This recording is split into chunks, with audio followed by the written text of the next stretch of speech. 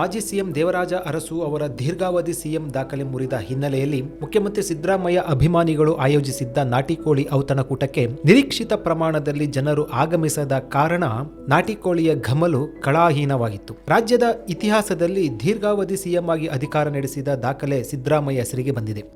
ಮಾಜಿ ಮುಖ್ಯಮಂತ್ರಿ ದೇವರಾಜ ಅರಸು ಅವರ ದಾಖಲೆ ಸರಿಗಟ್ಟಿದ ಹಿನ್ನೆಲೆಯಲ್ಲಿ ಸಿದ್ದರಾಮಯ್ಯ ಬೆಂಬಲಿಗರು ನೆಲಮಂಗಲದ ಬಳಿ ನಾಟಿ ಕೋಳಿ ಔತಣಕೂಟ ಏರ್ಪಡಿಸಿದ್ದರು.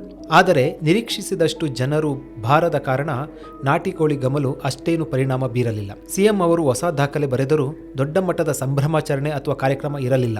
ಯುವ ಅಹಿಂದ ಒಕ್ಕೂಟದ ವತಿಯಿಂದ ಆಯೋಜಿಸಿದ್ದ ಈ ನಾಟಿ ಕೋಳಿ ಔತಣಕೂಟ ಮಾತ್ರ ದೊಡ್ಡ ಮಟ್ಟದ ಪ್ರಚಾರ ಪಡೆದಿದ್ದರೂ ಸದ್ದು ಮಾಡಿದಷ್ಟು ನಾಟಿ ಕೋಳಿ ಕೂಗಲಿಲ್ಲ ಎನ್ನುವುದು ವಿಶೇಷ.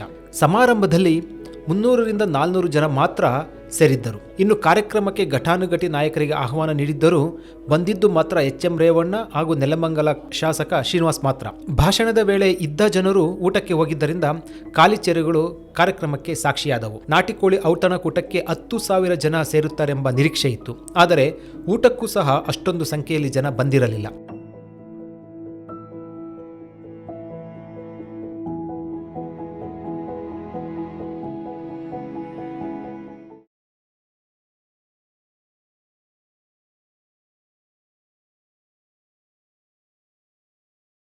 ಹೆಚ್ಚಿನ ಸುದ್ದಿ ಅಪ್ಡೇಟ್ಗೆ ಈಗಲೇ the federal Karnataka YouTube page ಅನ್ನು ಸಬ್ಸ್ಕ್ರೈಬ್ ಮಾಡಿ.